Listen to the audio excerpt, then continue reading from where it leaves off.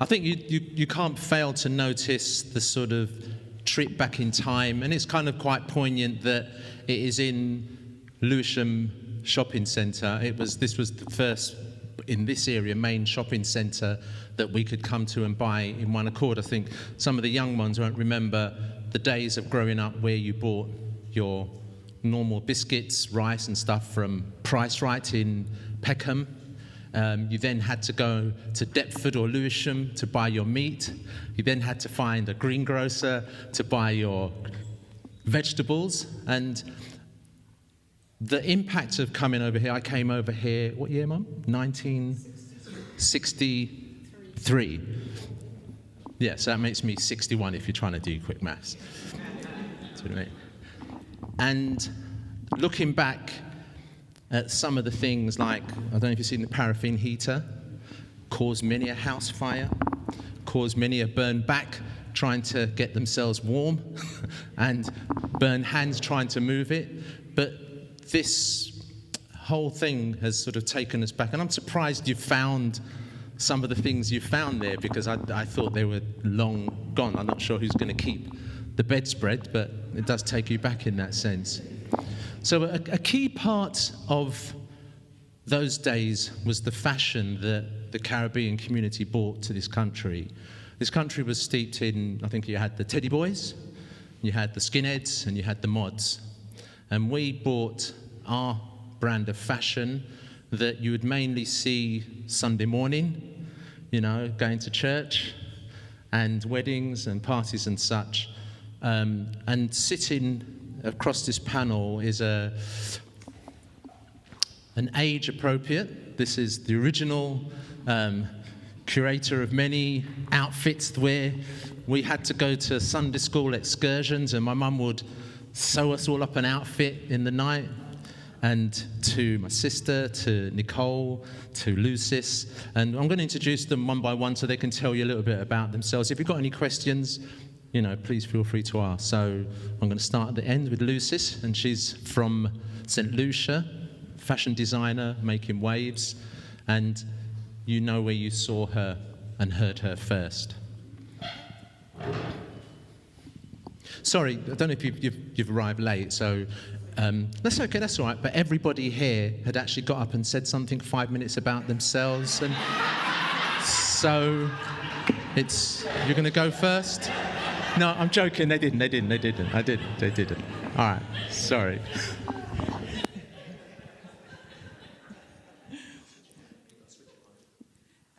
He said it's on. Yeah. Good evening, everyone. My name is Lucesse. I hail from the beautiful island of St. Lucia. Can you hear me? That's it. Yeah. I hail from the beautiful island of St. Lucia. I own and founder the house, Lucesse House of Fashion. I actually launched my fashion brand in June. So now, you know, I have a brand now. It's something that I always look forward to do, which, I mean, it's a long journey. I think I can write a whole book about it. But yeah, so any question, feel free. I'm a self-taught fashion designer. So any question, I think my story will inspire quite a lot of people. So anything you wish to ask me about how do I get to this journey, feel free. So what my first question, what is your influence on your fashion? Well, my influence is basically to put a smile on people's faces. Every piece that I create is just for you. So it's Lucesse, just for you. So anywhere in the world, I can tell you, you will go, you will not get it, because it is created for you. You can put your own touch in it, because what happened is a lot of people, we are all beautiful in our own skin. And my job is to make people happy. A lot of people will walk into the shop, and because of the way they are created or whatever, they always tell me, I think I have too much breast, or I think I have too much this, and I always tell them, no, you don't. You are perfect, just the way you are. All you have to do, let's work together, and we create something that will make you happy. So my job is to make sure that everybody comes out happy, smiling. And it gives me joy to see people smile. Because when they come, you could see the pain in them. Because everybody wants to look beautiful. Clothes is beautiful. Clothes is lovely. Colors are lovely. And some people realize that, okay, all I can wear is black because I can't get something. But when they come and I can create something, this is what I want, and this is my job, this is my calling. And I think that we all need to look good and beautiful in our own skin. Thank you.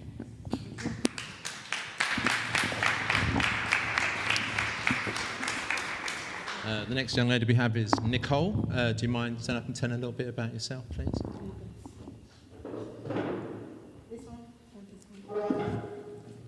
one. Good evening, everybody. Good evening. My name's Nicole. I am in my late 30s. I'm 37. I'm a mother of two. I was raised in Lewisham, Brockley, Turnham, and I am second generation of a Caribbean family. So that bedroom over there is how I lived. I lived with my grandma and my mum, and then I was raised by my Dominican side as well, with my grandparents there. So this is all very nostalgic for me. I am a self-taught tailor and dressmaker. I do pattern cutting, I drape, moulage, for those that are familiar with that term. I didn't pursue it in school because there wasn't any money to make in it. It's not a nurse, it's not a doctor, it's not a banker, it's not an accountant. So I was made to do more studious things. And I didn't really see my friends doing it. So it was a lot of peer pressure as well to do something that was more sustainable, making more money financially. But however, unfortunately, my daughter, who is now 14, had an accident in 2018. She drowned and was in a coma. And she's fine now. But I decided to quit my job, do a diploma, which I got several distinctions in fashion. I'm currently at UCA Rochester doing a fashion atelier degree. I feel like I've been there forever. I studied through the pandemic, as well as I've had everyone has a journey, I have a journey, it's not a sad story.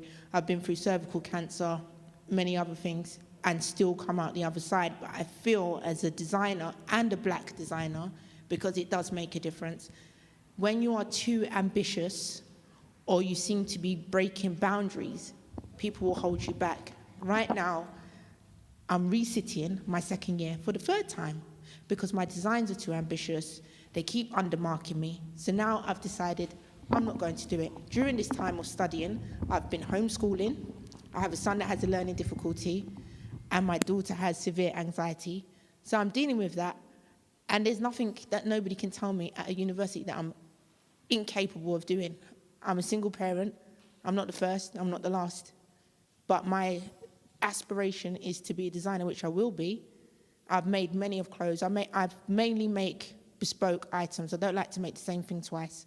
I do made to order, so I do bridesmaids dresses, wedding dress alterations, jeans, as and when, obviously, as you know, the cost of living is crazy. So as and when I have the time, I sew from home, as well as working and studying and being mum and football mum and dance mum and Brit school mum. So it's everything, but I enjoyed it. Since I decided to go down the route and follow my heart's desires, I've been quite happy.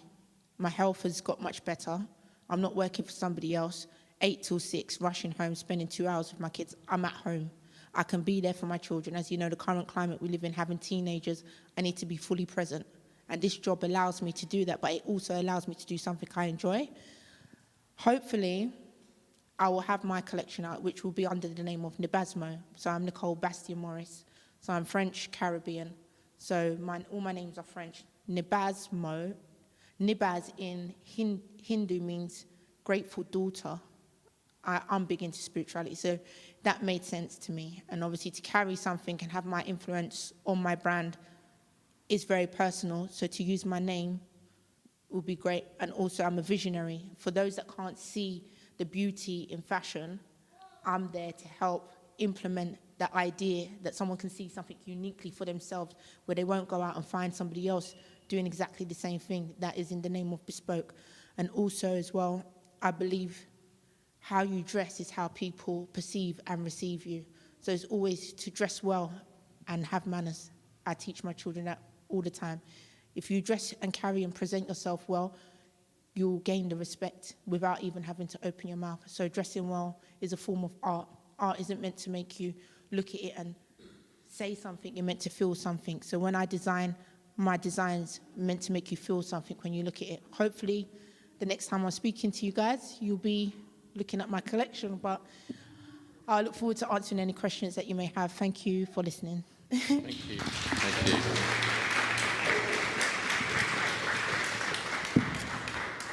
Before I introduce my mum, and it's not that I've got more to say about my mum than anybody else, so it's just that she's my mum. So I know her, and I know her journey in that sense. A key part of growing up in this country when we first came here was trying to fit into a place that we wasn't necessarily welcomed, was trying to fit into a place that we wasn't necessarily paid well. And most of us I think we were 4 in one room growing up. And a key part of how you saw yourself when you stepped out the house, is poignant that Nicole said it, is how you looked was a key part of identity, was a key part of being accepted, and was a key part of pride as well. So CNA used to be just there. To go out and be accepted meant you had to have what everybody else was wearing. And having 4 brothers and 2 sisters, not a cheap process to do that. And my dad, rest his soul, he decided to take the safe route and work for the council. I don't know what they're doing now, but they didn't pay well back in those days. So a key part of giving us a sense of pride, to go out, allowed us to go out and feel accepted, was how we looked. And my mum was a key exponent of allowing us to do that. And that was a lot of outfits she had to make that she used to come down the shop. It was interesting, she saw some people I think she knew from young, and those days you didn't have cars, so she would run around the shops and she would go, oh, this is nice, and actually inspecting to see how the things were cut and made. Mental notes, go home and make the same thing, and allowed us. So sometimes if we were going out, we had an event to go out, that's 7 out or 6 outfits by my dad. She will make 6 complete outfits, 2 girls, 5 boy outfits, that's acceptable and gave you that sense of, I think they call it swagger now, we just called it, you looked okay, but that's language. So my mum was, then what happened was, as we were walking around looking good, people said, where did you get that? Your mum made that. So we were then bumped to the end of the queue while she made other people's where she got paid for. So I'd like to introduce my mum, but understand the journey or what she had to go through in a sense. So Sylvia Prime, excuse me calling you that, but Sylvia Prime, my mother. Let's have it for her, please.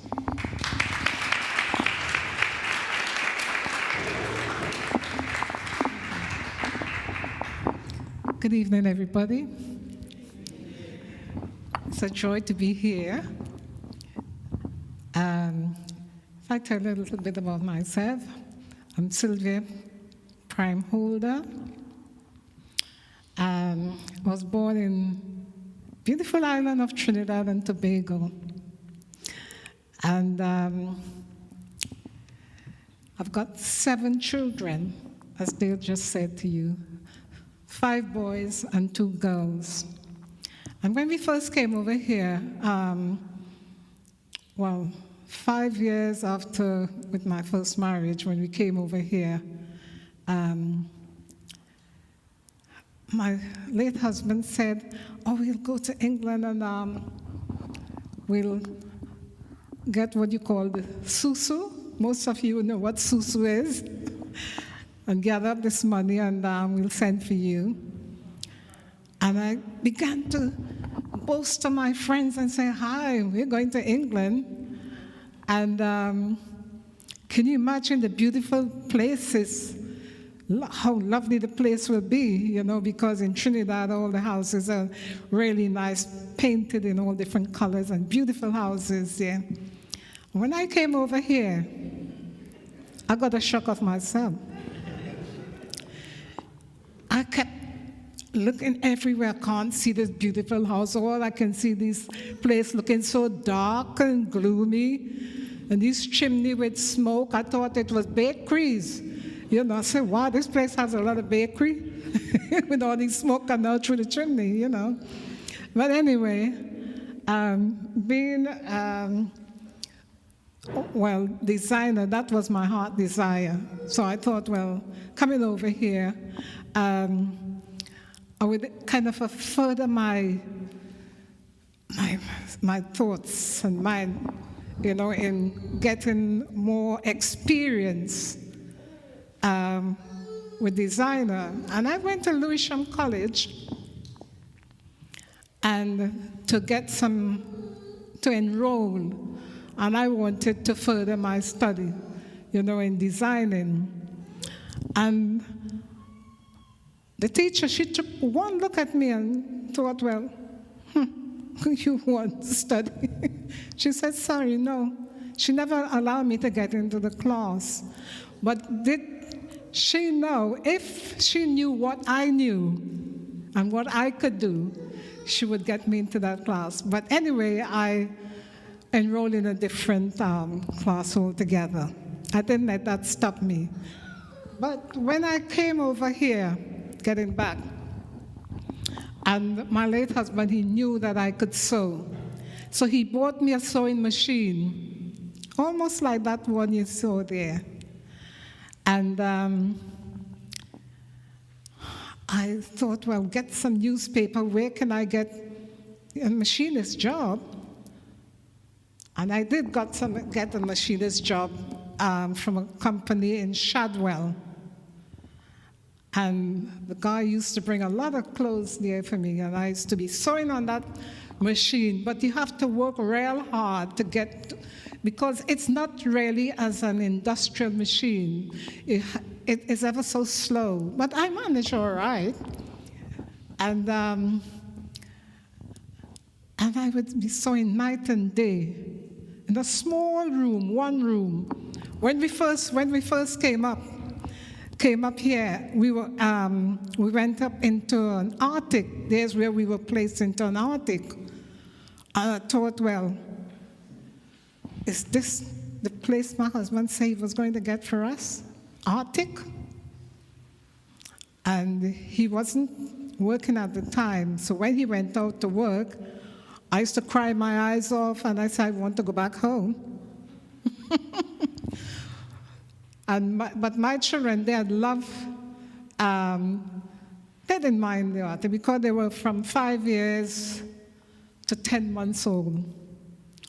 So they enjoyed watching the train going past, you know, in the window in the attic there. And there was this guy who was living on the ground floor. And I thought, well, let's move down to the ground floor because at least it's much bigger there and much better than the attic. But it was just one room and it was unfurnished. And can you imagine, that time I only had 4 children moving down in an unfurnished room. So what we did, we got,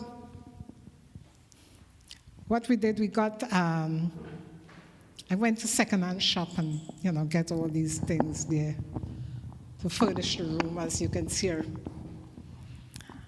And I was sewing there night and day.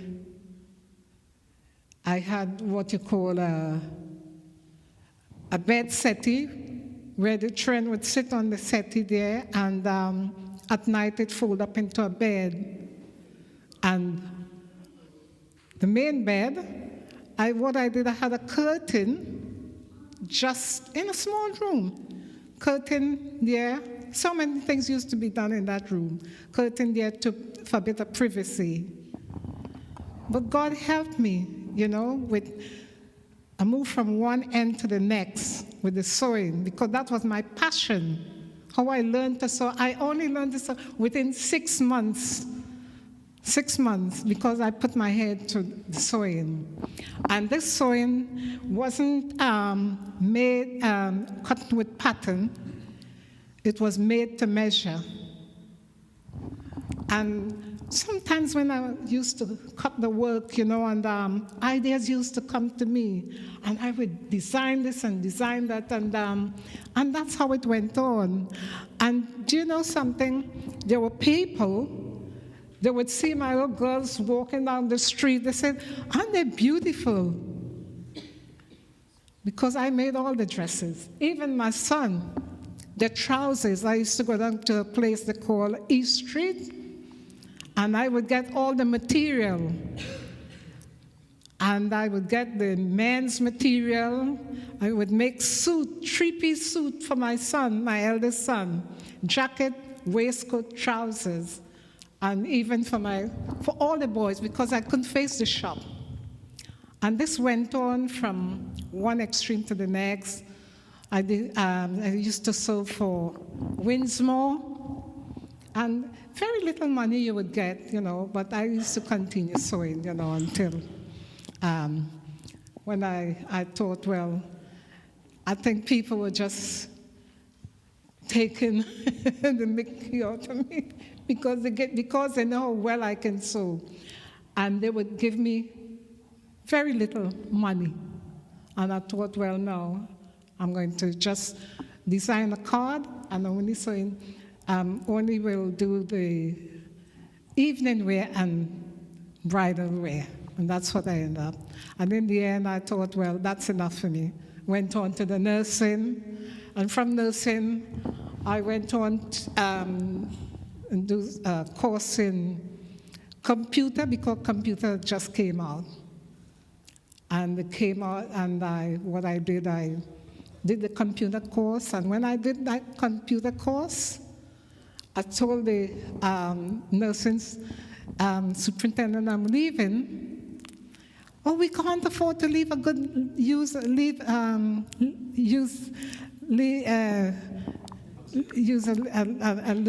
nice nurse like you. And I said, well, I'm leaving. And I went on to do to a computer place, and I branched out from one extreme to the next, and I thought, well, I went on, and I worked for a big pharmaceutical company. And within that company, there were people that knew how I could sew. And I designed my daughter's dress, her wedding dress.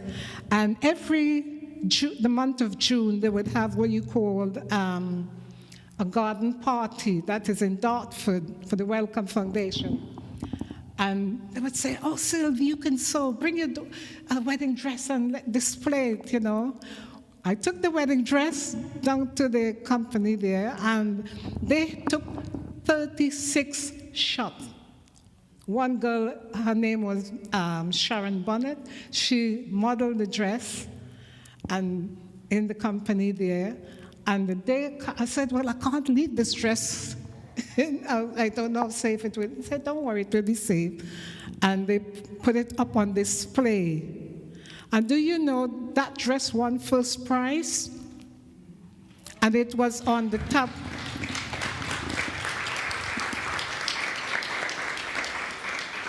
And it was on the tabloid paper. Yes. And from then, I got quite a lot of work from some of the girls there. Oh, I'm getting married. Can you make my dress? Made some beautiful dresses, bridesmaid dresses and things like that, But I could go on for more because I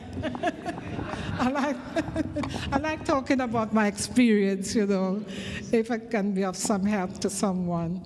But I thank God, He had brought me thus far. Now I've given it over to my daughter. She has taken up the mantle. I'm doing all this work. Thank you. Thanks. One of the things I have my mum to thank about, or I don't know if I should, I do thank her, is my ability to iron. Because when she made the stuff, I was the person ironing out wedding dresses, garments, so my ironing is of bespoke standard. I can iron. I can throw down on an ironing board. Give me an ironing board, I'm like, in it. So anyway, last person I'd like to introduce again is my sister. I'll let her say what she needs to say. Say it for Joy Prime, who's responsible for this as well.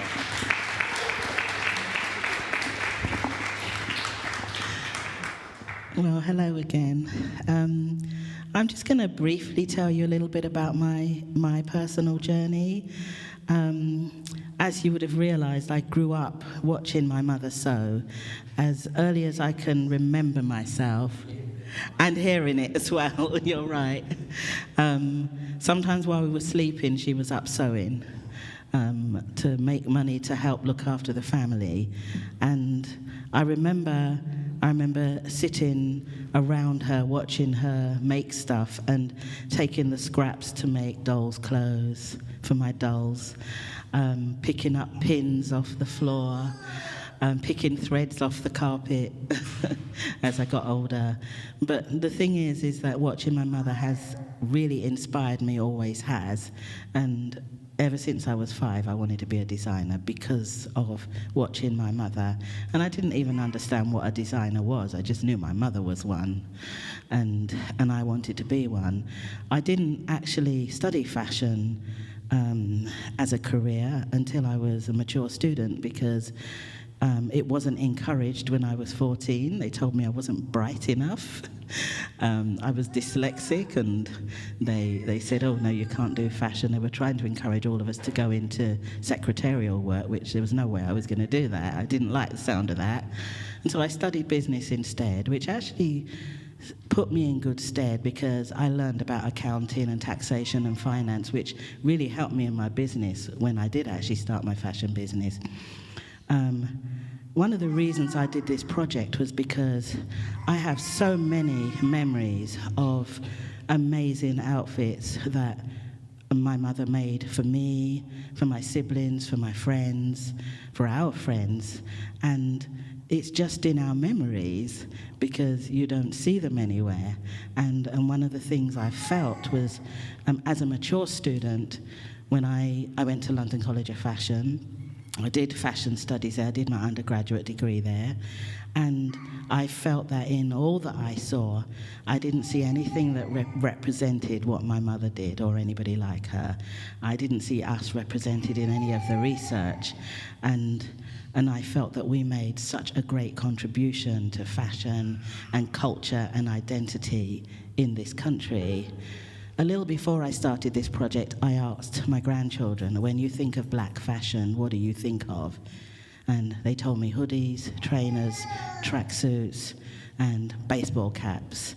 And I said, that's not our fashion. That's what we bought into because we wanted to fit into where we were. We used to dress, when some Caribbean people say we turned up. They talk about style and fashion. That's who we were. And I look back and sometimes wish that I had appreciated it more. I look at photographs and I think, wow, I looked amazing. But as a child, I didn't think so because my friends locally didn't dress like that. And I just felt that it's really important to document some of the things that the first generation of designers brought to this country, and the second and the third, who still design and make, but they're in the background, they're not seen. And some of why they're not seen is because of finance and backing. I once asked my mother, if you had financial backing, what would you do? What would you have done differently? And she said, I would have had a shop.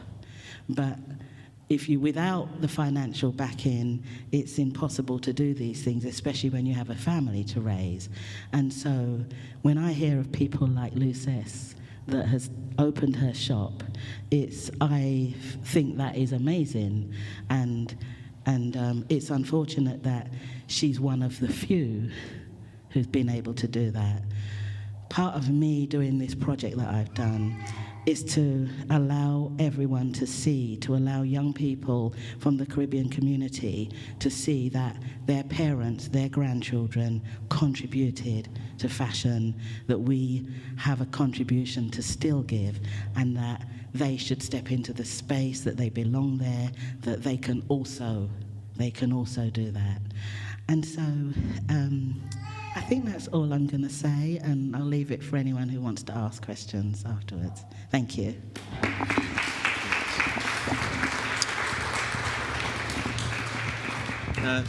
This is the opportunity where you can actually come up and ask some questions of the panels and just things that you've observed, things that you want to say. So would someone like to come and ask a question? You're going to have to come up here, unfortunately. I think the mic can... Oh, the mic can stretch. Oh, this is it. So don't leave me here as I'm going to start point people out who I think has got a question. You came in last, so I think you could be the first person to... Would you like to ask a question of the panel? You have to come into the microphone, doesn't it? Okay, that's good, but I'm going to ask.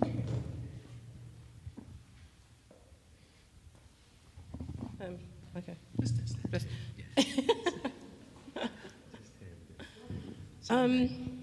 My name is Yvonne. Born in Greenwich, long-time resident of Lewisham. I wanted to ask about the attitudes that you were faced with when wanting to study fashion and design, particularly from the both of you. You seem to have faced something there. Yeah, I think all of them. All right, well. Yeah, they all want to answer that one. It's a good question. Thank you.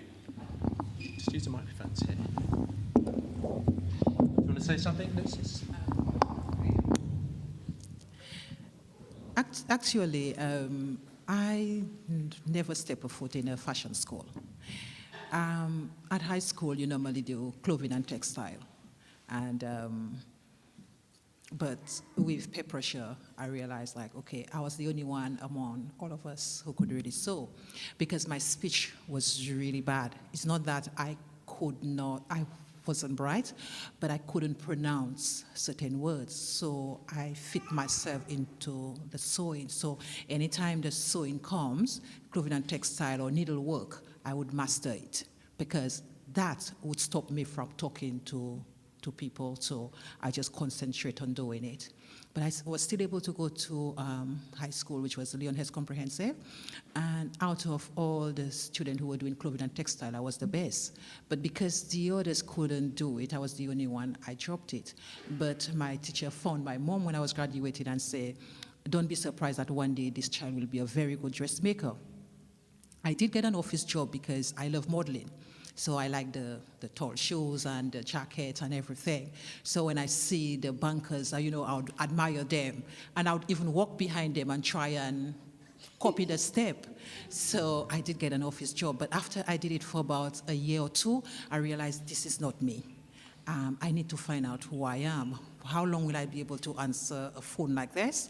So I ended up getting a lady who could sew. And I told her whether she give classes, and she said yes. And I went to her. But when she put me on the machine and she realized the way I was handling the machine, she said, can you sew? And I said, yes. And I stayed with her. She taught me the basic, the industrial machine. And I left and I went on my own. And oh my God, it was hard because you are teaching yourself. And I would spoil it there and I would do it there. And at that time, there is no internet because I was raised in a poor background. So sometimes you're there trying to do it out of your head. Then you go to the shop, you look at the clothes inside out, and you try and remember what you see. And you go home and you try it. And you only do what you can remember. And you go back again. So every time I go in the shop, I'll say, one day I'll make one like this. And I keep on practicing. And I do weddings. I end up doing weddings. I got best dressed how many times for Carnival Queen Show, because back home we do Carnival Queen Show. And all that is out of my head. So I believe that if you go to fashion school and they turn you down, or they make you feel like you can't do it, you can prove them wrong.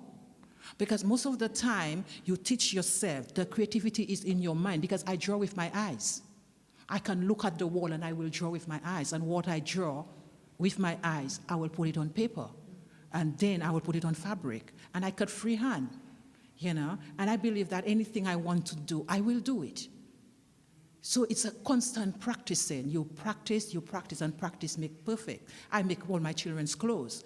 I make trousers. My mom had me to make trousers for my son because I didn't have money to buy school trousers for him, and I was scared of making trousers. And she just took my brother's trousers and she threw it at me. And she said, look, go and unpick this and make trousers. And I make trousers for my son, and I was making for his friends till he graduated from school. And I'm making trousers now. I make trousers, suit, you name it, I will cut it. I will just do it. It's like you must enjoy it. You must have a passion for it. And I believe that if I can do it, anybody can do it. Because it's all in us, as long as you want to do it. So I don't think going to fashion school and being turned down or being treated differently should stop you from achieving your goal.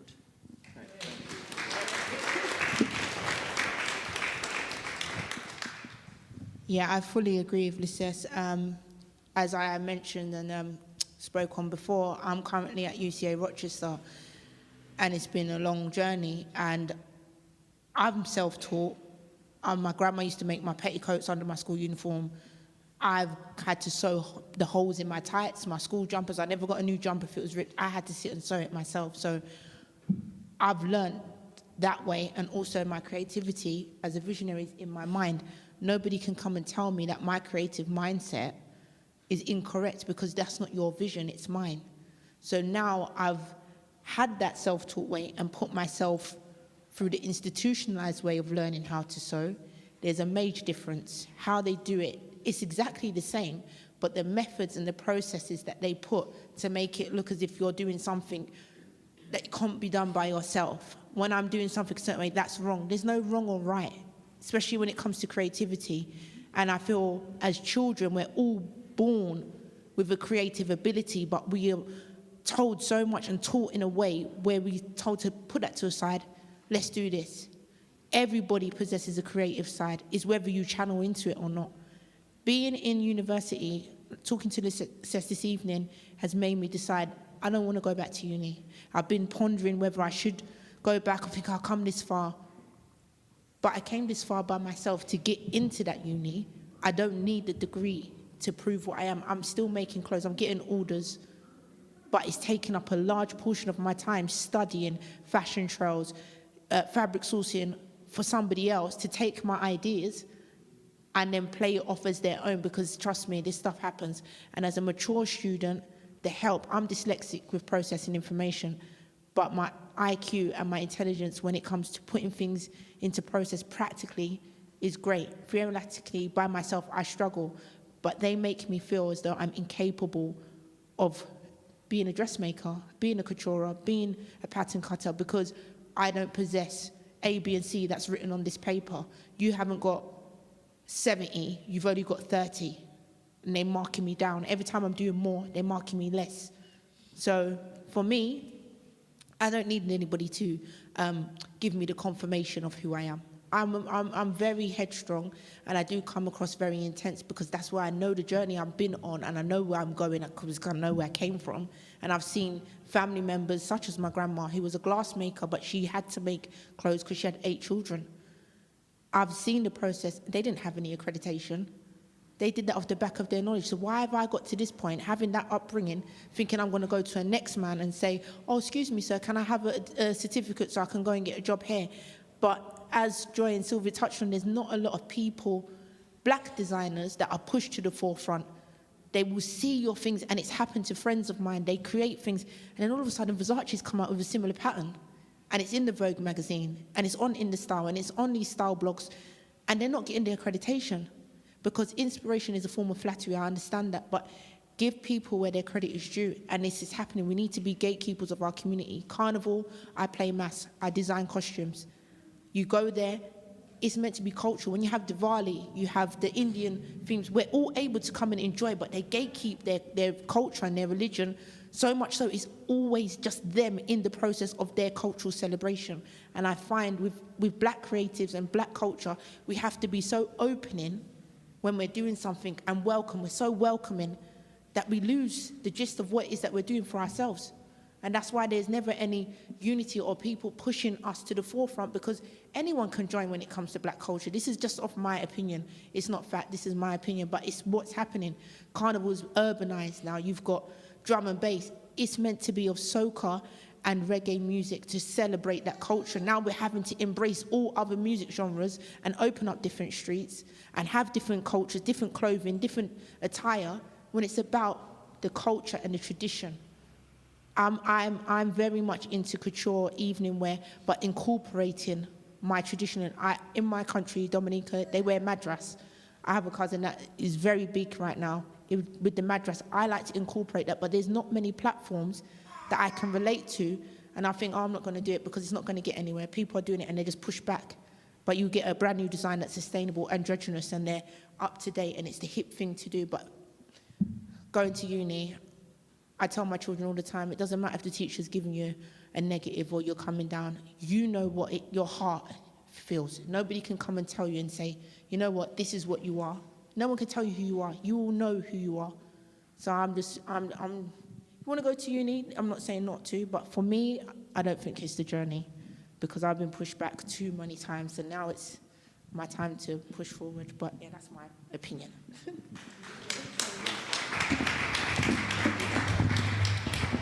Sorry, do you want to ask? I was just going to say, on the back of that, obviously, with taking the route of not going down the traditional institution, have you both, everyone, as like modern day designers, have you found social media to be like a very good vehicle for you to gain traction and attention and awareness to stuff that is that you are creating at the moment? And how would you say you could kind of best utilize that, if that is something that you do, or is it more word of mouth? I'd say social media has opened up a platform for so many different aspects of our culture, our music. Because of social media, people don't have to depend on the traditional forms of advertising. So I'd say yes, absolutely it is. I also want to comment on something that you said about like the institution. And one of the things I found was that because I grew up around my mother sewing and watching her make clothes freehand without patterns, I knew all the shortcuts. So then when you come to school now and you try to do it their way, it kind of takes too long. And you want to cut corners, and when you cut corners, it's not good. I never pinned, tacked, and sewed until I went to school, and I thought I never understood the point of it. So that was one of the issues within the school setting, like having learned something, to then have to go and do it the long way for the qualification. For me personally, the qualification benefited me. When I went and lived in Barbados for 5 years or 6 years with my family, and when I went there, I saw 100 different versions of my mother. I realized that this culture of designing and making was very much alive. Everybody had stuff made. They got school clothes made for their children. They got church clothes made. They got clothes even a lady asked me to make a house dress for her. And I thought, wow, really? I just wore my old clothes in the house. But people like to make things. It's very much a part of the culture. So when I came back to London, in order to make sure that I could find my way in the industry, I went back to school. And I went to London College of Fashion. And sometimes I felt like the teacher's helper, because I knew most of what they were teaching me. It benefited me because I got connections out of it. And different schools, different people will have different experiences, but I got connections out of it, that when I left London College of Fashion, I had my business. And before I left England, I didn't think that was possible, because the industry didn't welcome me. I didn't see how I could get in. The other thing that has happened with me is that once I'd got my degree and everything, what I noticed was that agents were calling me to do couture dressmaking for the bigger fashion houses. And they'd call on me because they knew my level of skill. And so I'd sit in the back room of Jasmine DeMilo's studio, and half the stuff you see on the runway is people like me that sat in the back room and made it. And it was a wonderful experience. One of the things that I got out of it was I knew what was coming in the next season before it came, and I copied some things. I don't know if I was supposed to, but I did. Right. But it also highlights the fact that there are so many of us that are so skilled, but we don't get to take the bow. We're the ones that do the work in the background, and somebody else who's got loads of money and loads of employees and loads of connections get to take the bow. They get to be called the Couturier, when in actual fact we're the couturiers. And that was one of the reasons I called this project a Caribbean Couturier in Lewisham, because I wanted to open up a conversation and let women see that if you've got those skills and if that's what you do, it's about identity. Name it and accept who you are, and don't let somebody else identify you. So do you think then, dealing with what she's going through, do you advise her to persevere with the education in terms of, because what's going to precede her is her curriculum vitae, her CV? It does help, and actually my girl's going to be my intern. One of the things we're doing here beyond today is I'm going to be working with her. We're going to design and make a garment for a pretend client, because she can't have the dress. But we're going to design and make a garment for her, and you're going to be working with me. And so it's difficult for me to say pursue it or not, because when I left here and went to Barbados, I became a known designer without the qualifications. It's just that coming back here, I thought I need to go and study fashion. It reignited my desire. So I would have to talk to you and get your experience, and then I could know whether or not I'd say to pursue it. I'll just say, funny enough, I was recommended to Joy by where I get my fabrics from, a lady, that Jenny, and Joy called me on a day. I was at my friend's, she just had a baby, and I was like, I don't know if I want to go back to uni because I've got all these ideas, I've made all of these clothes, so I just want to just sit and do my own thing. Like, it's taking up this portion, I should have graduated. Then my phone rang, and I was like, who's this? So I answered, and it was Joy. And then she told me about this project. And I do believe in divine timing. I didn't have an answer, but now I've been given this platform as an unknown designer, as someone that's just in the background, just mullying on. So you never know, after this project, I might have some more clarity on what it is to do. But right now, I feel everything's for an answer, and God will always tell you, even without you not having the right supplies, He will always provide. So I feel like everything's for a reason. So yeah, I won't say much because I end up crying. I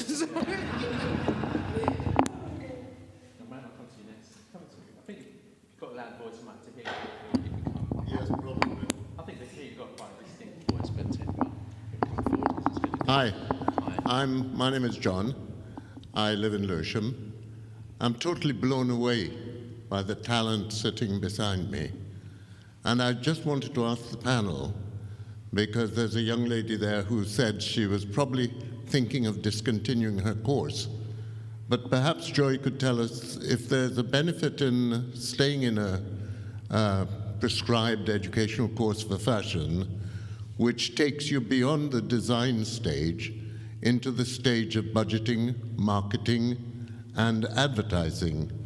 Because you can make the best things in the world, but if nobody hears about them, nobody knows about them, and you're losing money sometimes when you do it, unfortunately that doesn't make for a budding future. So I just thought that besides the artistic and the creative aspect, there also should be some forum where designers can sort of have, I don't know, a sort of a joint sort of collectivity where they can sort of market and promote the products, not just on the net, but in a way that makes it reachable for people on the street, basically. Thank you. Thank you. Good question. I am a strong advocate of education. At 60, I'm still in school. I'm now doing a PhD. I actually find that education allows you to see things from a different lens. And particularly in fashion, what I got out of it, I could sew already, I could pattern cut, I knew how to dye fabrics, all of those practical things. But what I got from the university that I didn't already have was an understanding of the business of fashion in England and how it works. Now, Nicole, I would say I didn't always agree with my teachers. And you've been accused of being too ambitious. I was accused of being too plain because I'm a really simple person. I have always believed in making practical clothing that people can actually wear. But they wanted me to just go out on a limb a bit more. So that was my issue. It was completely the opposite. So I didn't always agree with them, but I got something out of being there.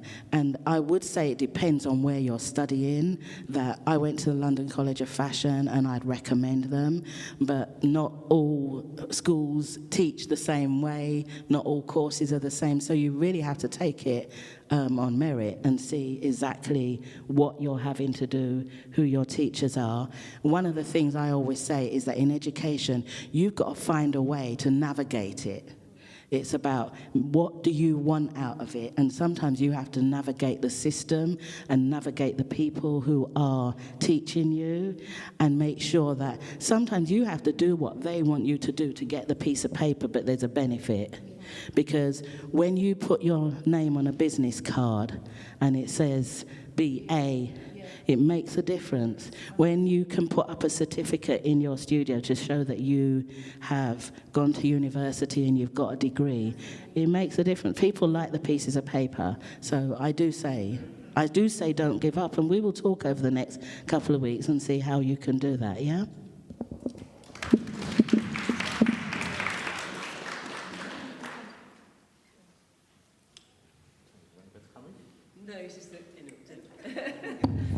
Hi, my name's Evadne. Evadne. You're the right one, aren't you? Yes. God.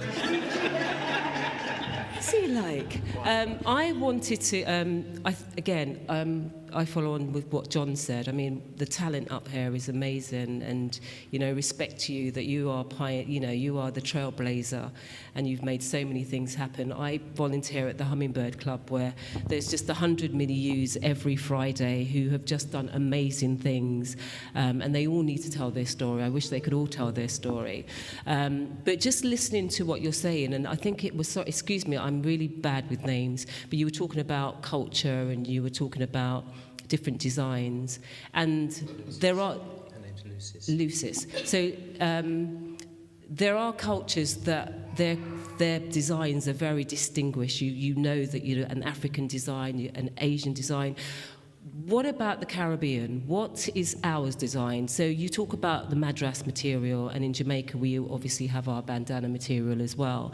But if someone was to say, well, what does a Caribbean design or fashion look like? What would it look like? Is that something that you're kind of working towards, something that's bespoke to our little islands that represent us?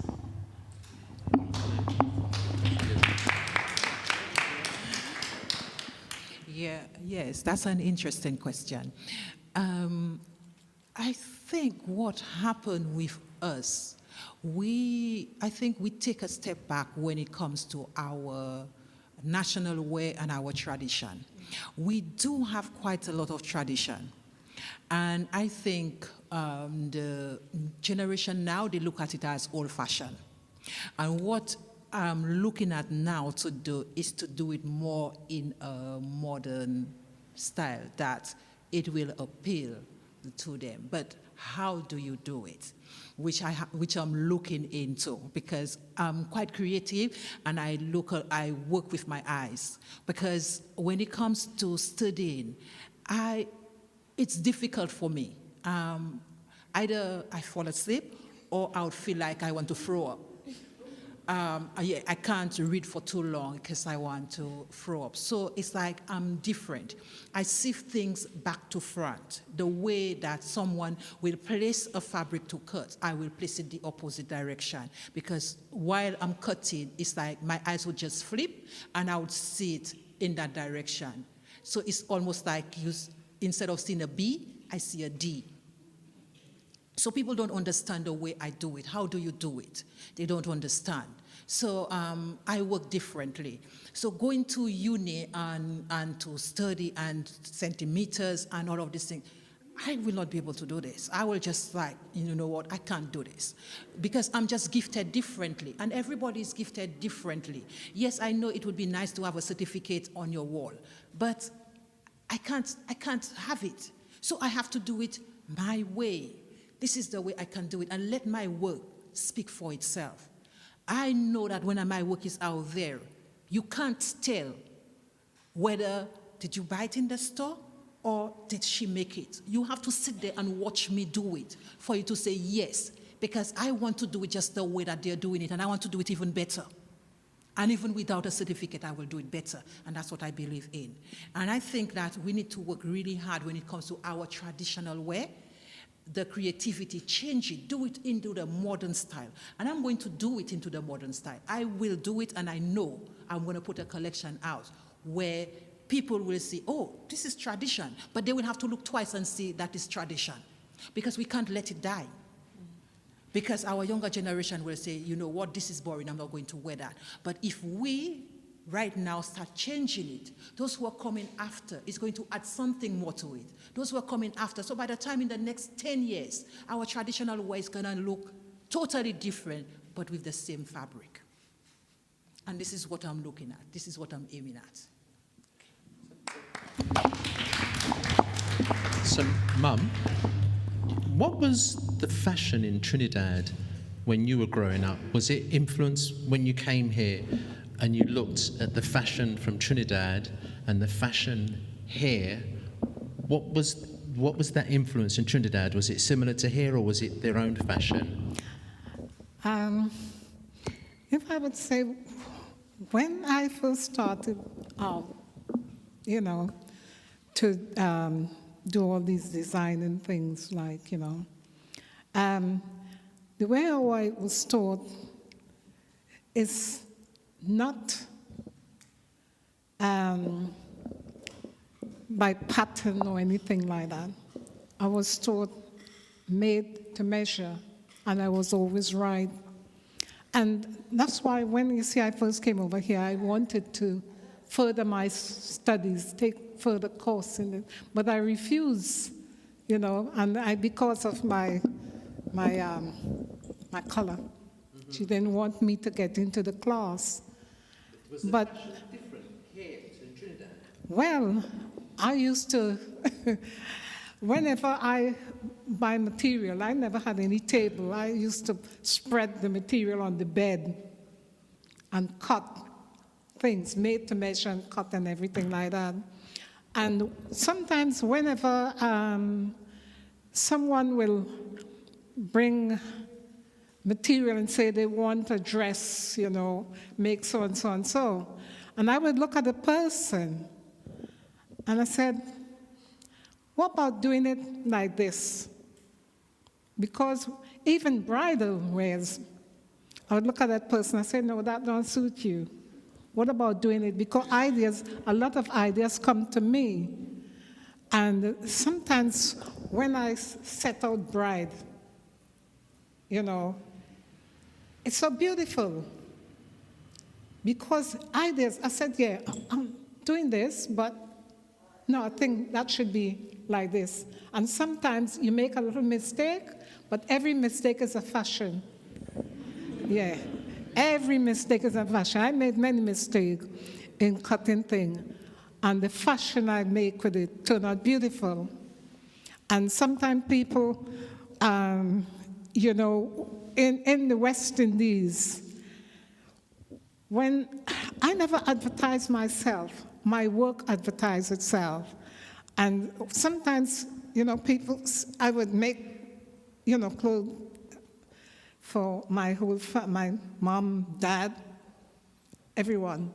And even my sisters, whenever I make dresses for them, I make a hat to match. So whenever they walk in the street, going down to church and whatever, everybody would just look at, who made that? Oh, so-and-so. And you know something? People used to take their materials from other seamstresses and bring it to me. So I would bombard with all the material to make clothing for people. And when I came over here, I find it was kind of a, you have to be in the industrial world to, get all these things done, but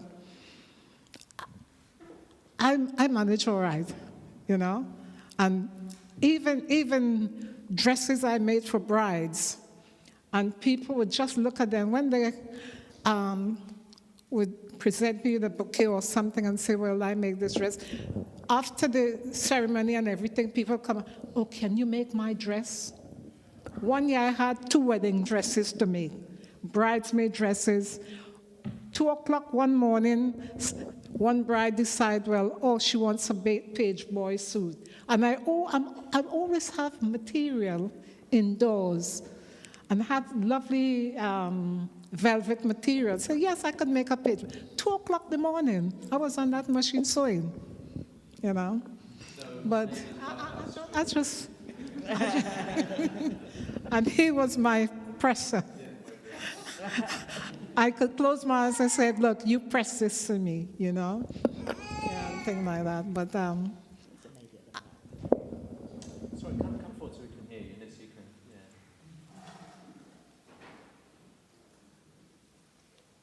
It's interesting what you said. You can go online actually, and you will see the Versace logo is African origin, and you'll see it verbatim.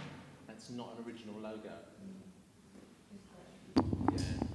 Hi, my name's Stella. I just want to know if you wouldn't mind, all of the panel, sharing when you get an idea for like a collection, or you get an idea for an outfit. Like, what is it you feel, and how is it that you're sort of fired up to sit down and start to create what you're creating? Could you share some of that feelings with us?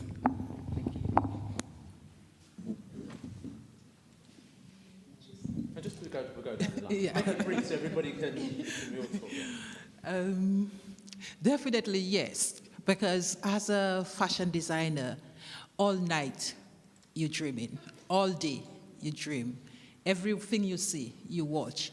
You see the sky, you watch. You see a tree, you watch. Because nature gives you so many ideas.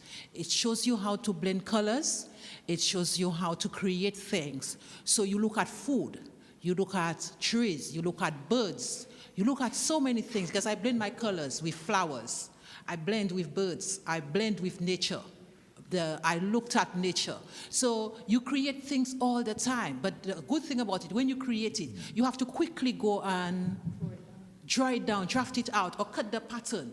Because so many is downloaded. As a creative person, it's just coming. You don't know where it's coming from. So you have to constantly, because if you don't do it, you'll forget it.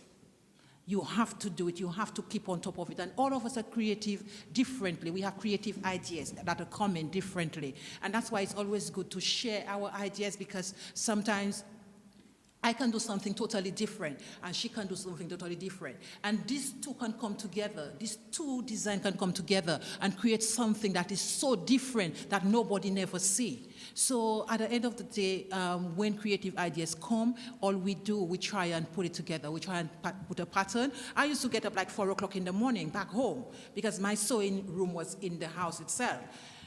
The style comes 3 o'clock in the morning. I get up 3 o'clock in the morning and I go to the sewing room. So I cut it, I start putting it together. When I'm happy where I am, I go back and sleep. So I know I don't forget it. But the only downfall with us, when I do it and somebody buys it, that's it. You finish, you can't see it again. Yeah. So, yeah. I'm in agreement. I'll always, in my handbag, I have my iPad and my iPen, or have a notepad or a pen or a pencil. because you could be talking to me, I'm like, oh, hold on 1 second, I could put pleats on that as well. And my friend's like, who are you talking to? I was like, no, I'm just talking to myself. And it's a constant turmoil in your head, because art is everywhere. It's everywhere. You're influenced by everything. You could just be eating something and a dish will come out and you see the colors. You're going, oh, that's a good idea, because everything is conceptualized and contextualized. So you collaborate this into your design. You know, you could decide, oh, my theme is going to be about space and the galaxies. Which part? Is it about the Milky Way? Is it about the stellar concept of how the stars are aligned? Then you look into that and you think, actually, astronauts, okay, the architectural structures of spaceships. Then you go deeper into that. So your mind is constantly ticked over with conceptual and contextual ideas. So I'd suggest, if you're Stella, if you're thinking of designing a collection, just walk with just a piece of paper or a little book and just jot your ideas down, because trust me, you'll have several in the space of an hour and you'll forget it. And that idea you have is obviously come to you but because you've been inspired by something, and that is unique to yourself because that was your inspiration. And designers, they do replicate other people's ideas, and that's where the frustration lays with maybe underpaid designers and the largely paid designers. They will see something that someone sat and racked their brain about, and they'll just easily just take it because they are in the position that they are and replicate it as their own. And this is why it's very frustrating for designers like ourselves that are at the lower scale of the budget, unfortunately, because we know what it takes to execute our ideas, and how frustrating it is when we forget an idea and which kind of element we were going to put in it. And this is our brains every day. Like Lucesse said, I will wake up in the middle of the night, or I'll be up all night. I'll be going to bed as the children are waking up. Like, Mum, did you sleep? Was you still sewing? Yeah, because it's not something I can switch off. It's constantly going, constantly. It is frustrating sometimes, because sometimes I want to relax and I can't, because I'm thinking about, oh, I did buy that fabric last week and I want to make that. Then I see another fabric when I'm out, and I'll call Jenny. Jenny, do you have that? Can I get 10 meters of it? I've got the 10 meters sitting there, and I'm seeing something else. Oh, actually, I'm going to make a new pattern, because my brain is so erratic. If you had 5 minutes in my brain, you'd be screaming to get out. I'm telling you, it's just crazy. But yeah.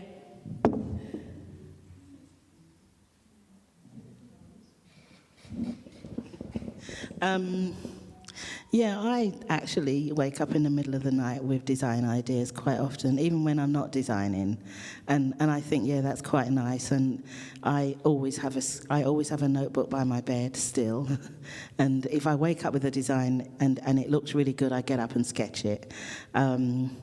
But when I'm doing collections, I do the research. I do trend research. I like to look and see what's happening in the industry, what's current, and then I get fabric, because fabric and colours speak to me, and I start with that and let it design itself based on what the fabric and the colours are. And somewhere in that process, I'll still wake up in the middle of the night with an idea, and then I'll sketch it, and it may get included, or I might use it to evolve something that I've already designed. Take one more question. I'm aware there's sort of time for you. Come. You shout, okay? Fine. You're not shouting, no one can hear you.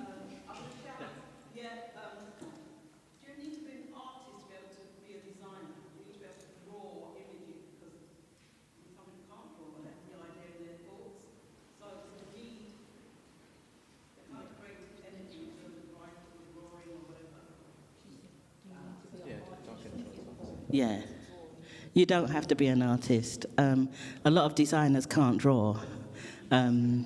I once had a designer come to me on more than one occasion, actually. They come to me with something and they say, can you make this for me? And I look at it and I can't figure out what they've actually done. And then I have to actually talk through the process with them and figure out how you get into the garment and how you get out, and where does the sleeve start and end.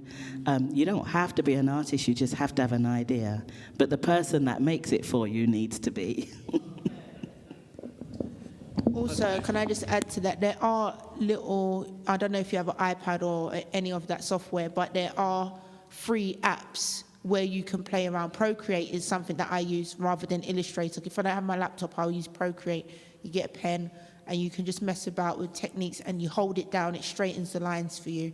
And even if you cannot draw the body, if you can just jot down how you visualize it in your head, like a skirt or a top, as long as you're able to translate the idea with imagery, so somebody can clearly kind of see, maybe not clearly, but you give them an idea of what's going on in your head. It's always good to be able to just jot a little scribble down. I'd like to thank the panel. I think there's a lot of interesting things to talk about, but one of the things I get is that one has to be determined and not put off by things people have said to you. My teacher told my dad I'd be never good at anything technical. I'm an electronic engineer. They said I couldn't write a story. I've written for TV, I've written for advertising companies, for successful campaigns, and that is out of my own natural ability. So if you have a belief in something you do, you can do it. Do you know what I mean? You don't necessarily need to. Where I'm sitting in peers with other writers who've all gone to university, but there's no real creation in that. It's just too much education, not enough natural talent. So there is a mixture where you need to find your niche and then believe in that niche anyway. I'd like to thank the panel for taking their time out. I'd like to thank yourselves for coming here. It's really encouraging because sometimes as curators of an idea that you're excited about, you're never really quite sure are other people going to be interested in that. So to sit down and see all the chairs filled, I mean people have left, but the chairs were all filled, that's quite encouraging. And can you just give them an inkling of how long the display is going to be here and to talk about the ending of what's going to come forward with that? Okay, so the installation is going to be in place until the 27th. During that time, there will be like a studio set up in the space next to the bedroom where I will be working, bless you, with Nicole it's okay, to design and make a garment.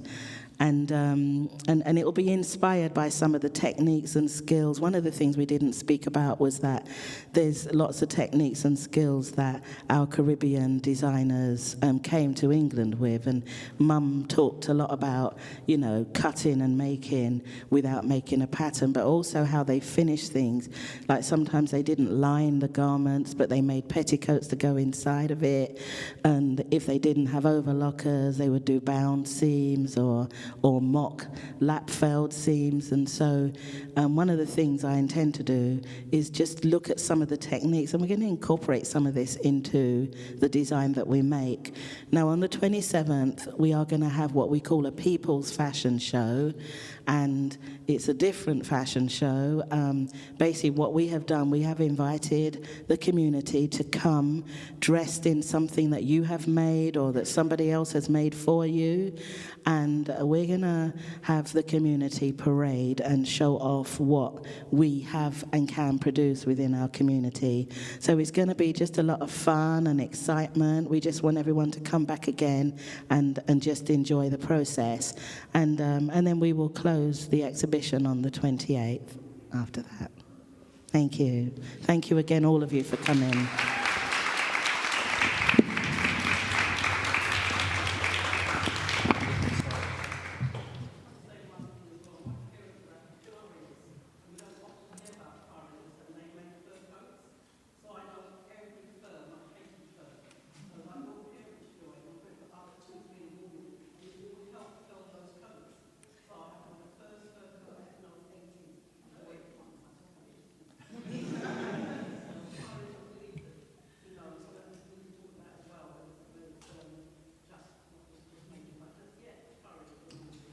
Bring your fur coat and model it.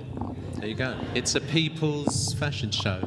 And lastly, I'd like to thank Lewisham for being part of this. It's Goldsmith, sorry, but it's still part of Lewisham, and Goldsmith as well, for being part of this. It's humbling and it's nice to sort of give something a forum that's beyond what other people are doing, and I think it's nice. So do spread the word, tell people to come and have a look at what's here, because this is how we lived. Thank you very much, and safe journey home. Thank you.